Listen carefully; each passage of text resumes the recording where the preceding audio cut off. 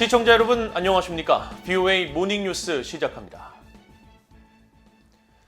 북한의 잇단 탄도미사일 발사가 이어진 가운데 미한일 북핵 수석 대표들이 전화통화를 갖고 암호화폐 탈취 등 북한의 핵과 미사일 개발 자금 조달을 차단하는 노력을 배가하기로 했습니다. 한국 성주에 배치된 주한미군 고고도 미사일 방어체계 사드와 다른 지역의 패트리엇 미사일 체계는 이르면 이달 말부터 통합 운용될 예정입니다. 첫 소식 박동정 기자가 보도합니다. 성김 미 국무부 대북특별대표와 김건 한국 외교부 한반도 평화교섭본부장, 후나코시 다케이로 일본 외무성 아시아대양조 국장 등 3국 북핵 수석 대표들이 7일 3자 전화통화를 갖고 북핵 문제를 논의했습니다. 최근 북한이 단거리 탄도미사일 발사에 이어 일본 상공을 통과하는 중거리 탄도미사일까지 발사한 가운데 열린 이번 통화에서 3국 대표들은 암호화폐 탈취 등을 통한 북한의 핵과 미사일 개발 자금 조달 차단 노력을 배가하기로 했다고 한국 외교부가 밝혔습니다. 또 불법 해상 환적 등 대북 제재 회피 시도를 막기 위한 국제 공조도 강화하기로 했습니다. 3국 대표들은 북한에 거듭된 탄도미사일 발사는 여러 유엔 안보리 결의에 대한 명백한 위반임을 지적하고 도발을 일상화하려는 북한의 시도를 묵과하지 않을 것이라고 강조했습니다. 또 안보리는 북한의 핵 개발을 지속하고 국제사회를 위협하는 엄중한 상황에서 침묵을 지켜서는 안 되며 북한의 도발에 단합해 대응해 나가야 할 것이라고 밝혔습니다. 이런 가운데 한국 경상북도 성주에 있는 주한미군의 고고도 미사일 방어체계 사드와 다른 지역에 배치된 패트리엇 미사일 체계가 이르면 이달 말부터 통합 운용됩니다. 한국 군소식통은 6일 성주기지로 들어간 사드 관련 장비는 3단계 개량 작업에 필요한 마지막 장비라면서 이들 장비 반입으로 3단계 성능 개량 작업은 이달 내에 완료될 것으로 안다고 말했습니다. 6일 경기도 오산기지에서 성주기지로 반입된 장비는 레이더와 전자장비, 미사일 수송 차량 등인 것으로 알려졌습니다. 주한미군은 그동안 미국 국방부의 합동긴급작전 소요에 따라 사드 3단계 성능 개량 작업을 진행해왔습니다. 이 작업이 완료되면 사드와 패트리엇 미사일의 레이더와 발사대가 통합 운영되면서 주한미군의 북한 탄도미사일에 대한 상하층 요격 능력이 크게 강화될 전망입니다. VOA 뉴스 박동정입니다. 미한일 3국의 국방 고위 당국자들이 전화회담을 갖고 북한의 잇단 미사일 도발에 대한 대응과 3국 간 국방 분야 협력 방안을 논의했습니다. 일라이 레트너 미국 국방부 인도태평양 안보차관보와 허택은 국방부 국방정책실장, 마시다 카즈오 일본 방위성 방위정책국장은 7일 3자 전화통화에서 북한의 위협에 대한 구체적인 대응 방안을 논의했다고 미국 국방부와 한국 국방부가 전했습니다. 특히 이들은 북한의 최근 탄도미사일 발사가 여러 유엔 안보리 결의에 대한 명백한 위반이자 한반도는 물론 국제사회의 평화와 안정을 매우 심각하게 위협하는 중대한 도발이라고 강력히 규탄했습니다.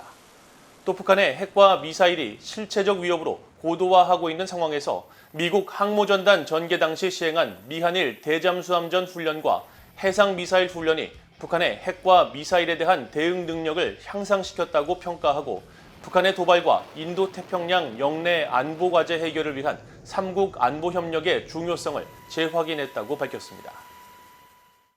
미국 정부가 북한의 잇따른 탄도미사일 발사 등 도발에 대응해 추가 제재를 포함한 여러 방안을 활용할 것이라고 밝혔습니다.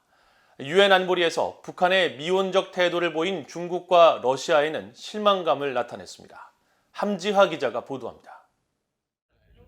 미국 국무부의 베단트 파텔 수석 부대변인은 6일 정례 브리핑에서 북한의 최근 잇따른 탄도미사일 도발을 거듭 규탄하면서 북한 정권에 책임을 묻는 추가 조치를 계속 모색할 것이라고 밝혔습니다. 특히 일본 상공을 통과한 지난 5일 탄도미사일을 포함한 최근 여러 발사는 영내에 용납할 수 없는 위협이라면서 단호한 대응 방침을 분명히 했습니다. This launch, along with the multiple other launches over the course of this week and in September, are a very clear violation of multiple UN Security Council resolutions and pose a direct threat to the DPRK's neighbors and the international community. 파텔 수석 부대변인은 그러면서 구체적인 추가 조치와 관련해 미리 공개할 내용은 없다면서도 미국은 한국, 일본과 즉각적으로 군사훈련에 나섰고 현재 항공모함 로널드 레이건호를 한반도 인근 해상에 다시 전개한 사실을 강조했습니다. 파텔 부대변인은 그러면서 추가 대북 제재 가능성을 시사했습니다. And of course, we continue to have a number of tools in our tool belt, sanctions, other things, to continue to hold the regime accountable. But I don't have any specific actions to preview, but the United States is monitoring and watching closely and ready to take additional action as well. 파텔 부대변인은 이어 북한의 탄도미사일 발사에 대응해 열린 안보리 회의에서 러시아와 중국이 보인 태도에 대해 매우 실망스러웠다고 비판했습니다. 중국과 러시아가 5일 안보리 회의에서 북한의 탄도미사일 발사는 미국과 한국 등의 연합 군사훈련에 따른 행동이었다고 주장하며 비난의 화살을 북한이 아닌 미국 등에 돌린 것을 지적한 겁니다. 미국 국방부도 미국과 한국, 일본의 훈련은 방어 훈련이란 점을 강조했습니다. We have a long-standing defense relationship with both South Korea and with Japan, and these are defensive exercises that are focused on how we would defend ourselves and how we would deter, and they are not a threat at all to the region, unlike the provocative activities coming from North Korea. 앞서 린다 토머스 그린필드 유엔 주재 미국 대사도 안보리 회의에서 미국과 한국의 합법적 군사훈련과 북한의 불법 활동은 비교 대상이 아니라며 중국과 러시아 주장에 반박했습니다. 안보리 회의에서는 북한에 대한 언론 성명 발표 등 특별한 대응 조치를 내놓지 못한 가운데 대신 미국과 알바니아, 프랑스, 영국, 인도 등 안보리 이사국과 비이사국인 한국, 일본 등 11개 나라가 장외 공동 성명을 발표하고 북한을 규탄했습니다. But we will not stay silent as the DPRK works to undermine the global non-proliferation regime and threaten the international community. 이들 11개 나라는 유엔 안보리가 지난 2017년 채택한 대북 결의를 상기시키면서 안보리 결의 조항에 따라 추가 대북 제재 조치에 나서야 한다고 강조했습니다. BOE 뉴스 함지아입니다. 미국 하원의 중진 의원이 북한의 심각한 인권 문제를 대북 정책에 통합해 다뤄야 한다고 강조했습니다. 워싱턴을 방문한 한국의 북한인권 국제협력대사는 미국의 조속한 북한인권 특사 임명과 북한 주민들에게 희망을 주는 메시지가 필요하다고 밝혔습니다. 김영권 기자가 취재했습니다. 민간연구단체인 전략국제문제연구소 CSIS와 스탠포드 대학이 공동 주최한 북한인권 토론회에서 미국 하원 톰 랜터스 인권위원회 공동의장인 크리스 스미스 의원은 북한 문제를 다룰 때 핵과 인권 문제를 동시에 다뤄야 한다고 촉구했습니다. Unfortunately, North Korea's COVID-19 restrictions have aggravated the country's already egregious human rights violations. Meanwhile, North Korea, as was also mentioned a moment ago, is continuing its provocations.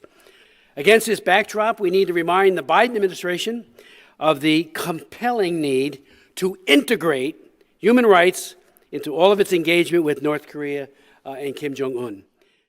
공화당 소속인 스미스 의원은 이어 이날 행사에 참석한 이신화 한국 외교부 북한인권 국제협력대사의 워싱턴 방문을 환영하면서 북한인권 문제에 대해 전임 문재인 정부와 다른 윤석열 정부의 접근법을 평가했습니다. Thankfully, the new South Korean administration seems to be taking human rights in both North and South more seriously, as evidenced by the appointment of Human Rights Ambassador for North Korea, Shing-Hwa Lee. President Moon failed to fill that position for all 5 years of his presidency. 스미스 의원은 특히 지난 2019년 문재인 정부에 의한 탈북 어민 강제 북송 사건에 대해 모두가 충격을 받고 실망했었다며 탈북민 보호의 중요성을 강조하고 중국에 대해선 북한의 끔찍한 인권 기록을 지탱하는 데 결정적이고 부정적인 역할을 해왔다고 지적했습니다. 토론회에 함께한 이신화 대사도 북한의 인권 침해가 악화하는 주요 원인 중 하나로 중국을 지적했습니다. They neglect or they obstruct any kinds of the UN resolution which try to address the North Korean human rights issue. Third, although, as Chris Smith has mentioned, although they are signatory countries to UNHCR, they are not that cooperative for those defectors who are still in China. 이 대사는 또 북한인권 특사 지명의 중요성을 강조하면서 전날 만난 바이든 행정부의 백악관 관리는 한미 동맹과 북한인권 증진, 도발 대응의 중요성을 강조하면서 협력적인 모습을 보였지만 여러 행정적 제약 등으로 특사를 임명할 준비가 아직 안 됐다는 느낌을 받았다고 말했습니다. 그러면서 북한인권 증진을 위한 국제 협력을 위해 미국 국무부의 북한인권 특사가 필요하다는 점을 거듭 강조하고 고통받는 북한 주민들에게 희망을 주기 위해 바이든 대통령이 인권 문제도 함께 언급하길 바란다고 강조했습니다. BOA 뉴스 김영권입니다. 유럽연합 EU의 고위 대표가 북한의 중거리 탄도미사일 발사를 비롯한 최근 이딴 미사일 발사에 대해 강력히 규탄하고 북한은 결코 핵보유국 지위를 얻을 수 없을 것이라고 지적했습니다. 호세프 보렐 EU 외교안보 고위 대표는 6일 27개 EU 회원국을 대표해 발표한 선언문을 통해 북한이 지난 몇 주간 여러 발의 탄도미사일을 발사하고 지난 4일에는 일본을 넘어간 중거리 탄도미사일을 발사한 것은 또 다른 유엔 안보리 결의 위반이며 유엔 헌장에 명시된 일본의 주권과 영토 보존에 대한 명백한 위반이라고 비판했습니다. 그러면서 북한은 모든 핵무기와 대량 살상무기, 탄도미사일 프로그램을 완전하고 검증 가능하며 돌이킬 수 없는 방식으로 폐기해 유엔 안보리 결의를 즉시 준수하고 모든 관련 활동을 즉각 중단해야 한다고 강조했습니다. 보렐 고위 대표는 또 북한은 불법적 행위를 통해 핵 확산 금지 조약 NPT에 따른 핵 보유국 지위나 다른 특별한 지위를 얻을 수 없고 앞으로도 그럴 것이라면서 북한의 대화 재개를 촉구하고 이를 위한 외교적 지원에 준비가 돼 있다고 밝혔습니다. 한국의 권영세 통일부 장관은 북한이 7차 핵실험 강행 시 9.19 군사합의 파기 가능성과 관련해 최악의 상황에서는 여러 옵션을 모두 검토할 수 있다고 밝혔습니다.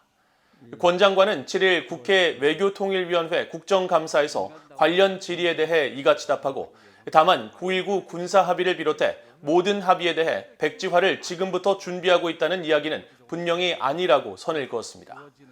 앞서 윤석열 한국 대통령은 용산 대통령실 출근길에 기자들의 관련 질문에 대해 북핵 대응을 해가는 미한일 3국이 외교부와 안보실 등 다양한 채널을 가동해 대응 방안을 준비해 나가고 있다면서 미리 말하기는 좀 어려운 것 같다고 답했습니다. 9.19 남북 군사 합의는 한국 문재인 정부 시절인 지난 2018년 9월 평양에서 열린 남북 정상회담을 계기로 남북이 일체의 군사적 적대 행위를 전면 중지하기로 합의한 것으로 비무장지대 평화지대화, 서해 해상 평화 수역화 등을 위한 군사적 보장 대책과 신뢰 조치 강구 등의 내용이 담겼습니다. 이상으로 BOA 모닝 뉴스를 모두 마칩니다. 시청해주신 여러분 고맙습니다.